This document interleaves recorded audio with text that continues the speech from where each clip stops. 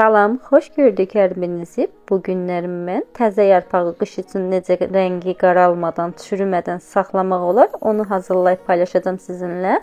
Hazırlamağa keçmədən öncə kanalıma dəstək üçün abunə olub bəyənməyi və zil butonunu aktiv etməyi unutmayın. Və məni digər sosial şəbəkələrdən və Instagramdan takib edərsəniz sevinərəm. İndi isə keçək hazırlanmasına. Hazırlamaq üçün təzə yarpaqları yığıb dəstələyirəm gördüyünüz kimi üst-üstə. Mən yarpaqların saplaqlarını kəsmirəm, yəni olduğu kimi necə var, elə də üzərində saxlayıram. Onda yarpaqlar daha gözəl qalır bankanın içərisində bağlayarkən. Gördüyünüz kimi yarpaqların hamısı standart ölçüdədir. Yəni ki, biri böyük, biri kiçik olmamalıdır. Dolmanı rahat şəkildə bükmək üçün bu qaydada hazırlamaq lazımdır. Və mən ilk öncə quru yarpaqları bağlamağa başlayıram. Gördüyünüz kimi bankanın içərisini yuyub quruladıqdan sonra yarpaqları üst-üstə dəstələyib yığmağa başlayıram sıx şəkildə. Onu da qeyd edim ki, mən bu günlərim iki cür bağlayacağam yarpağı. Həm duzlu suda, həm də bu cürlə quru vəziyyətdə, yəni quru halda bağlayacağam. Sizə hansı rahat olarsa o cürlə bağlaya bilərsiniz. İki üsulda da doğru şəkildə bağlandıqda yarpaqlar nə çürüyür, nə də ki rəngi qaralır. Yarpaqların rəngini qara alınmağını istəmirsinizsə, rəngi yəni qaralmağını istəmirsinizsə, mütləq şəkildə ağ şanı yarpağından istifadə edin və mütləq şəkildə ki, qapaqları təzə qapaqlardan istifadə edərsəniz, yarpaqlarınız daha gözəl qalacaqdır. Və mənə gələn bir çox suallardan biri odur ki, yarpaqları quru vəziyyətdə bağlayarkən arasına duz əlavə edirəmmi və yaxud da yarpaqları yuyub istifadə edirəm? Xeyr, yarpaqları quru vəziyyətdə bağlayarkən içərisinə nə duz əlavə edirəm, nə də ki, yarpaqları yuyaraq əlavə edirəm, yəni yuyaraq bağlamıram yarpaqları. Gördüyünüz kimi necə var, necə alınıbdırsa, o qaydada da bükürəm yarpaqları bankanın içərisinə küp şəkildə, yəni çox sıx şəkildə yığmaq lazımdır. Bankanın içərisində boşluq olarsa, o həm çürüməyə, həm də qaralmağa səbəb olur. Qapaqları mütləq şəkildə qeyd etdiyim kimi təzə qapaqlardan istifadə etmək lazımdır. Yarpaqları quru bağlayarkən bankaları və bankaların qapaqlarını mütləq şəkildə qurulamaq lazımdır. Bankaların içərisini qurulayarkən sunun kağız dəsmallarından istifadə etdim mən.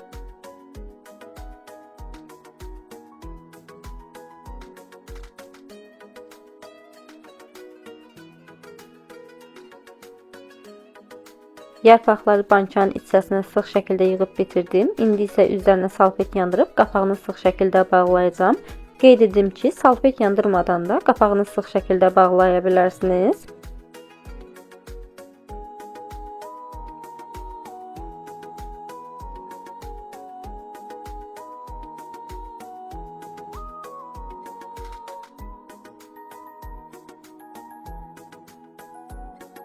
Qapağını da möhkəm bağladıqdan sonra artıq quru yarpağımız hazırdır. Quru yarpağı bir kənara qoyub, indi isə duzlu suda hazırlayacağım yarpağı hazırlamağa başlayıram. Eyni ilə bankanın içərisinə yarpaqları dəstələyərək yığmağa başlayıram. Bankanın içərisinə yarpaq əlavə edərkən hər dəfəsində bir çay qaşığı duz əlavə edəcəm. Eyni ilə bu ardıcılığı bankanın içərisi doluncayadək davam edirəm.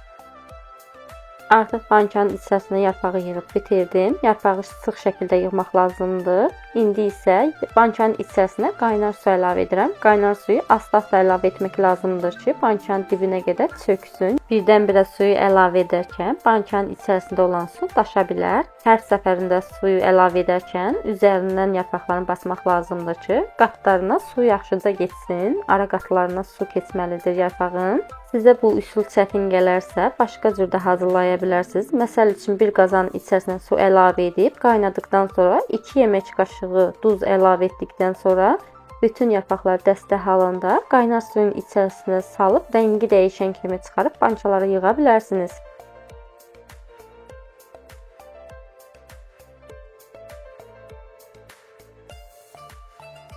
Bankanın dibinəcən su keçdiyindən əmin olduqdan sonra suyu bankanın tam ağzına qədər doldurub qapağını möhkəm şəkildə bağlayıram.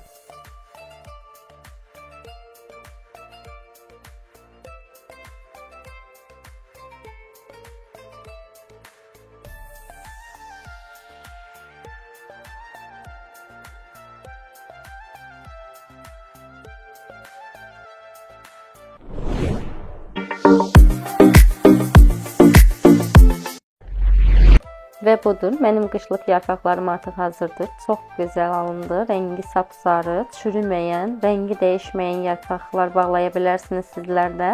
Bu reseptlə hazırlayan heç kəs peşman olmayacaq, əmin olun ki. Allah hər kəsin bağladığını ağız şirinliyi ilə yeməyi nəsib etsin inşallah. Və kanalıma hələ də dəstək olmamısınızsa, dəstək olmaq üçün kanalıma abunə olub zil butonunu aktiv edin ki, paylaşdığım videolarda anında xəbərdar olun və videolarımı sonacan izləyib yaxınlarınızda paylaşmağı unutmayın. Və mənim digər sosial şəbəkələrimdən və Instagramdan takib edərsəniz sevinərəm. Mənə nə sualınız olarsa, videonun rəy bölməsinə yazıb qeyd edə bilərsiniz. İzlədiyiniz üçün təşəkkür edirəm. Gələn videolarda görüşmək ümidiyle. Hələlik, sağ olun.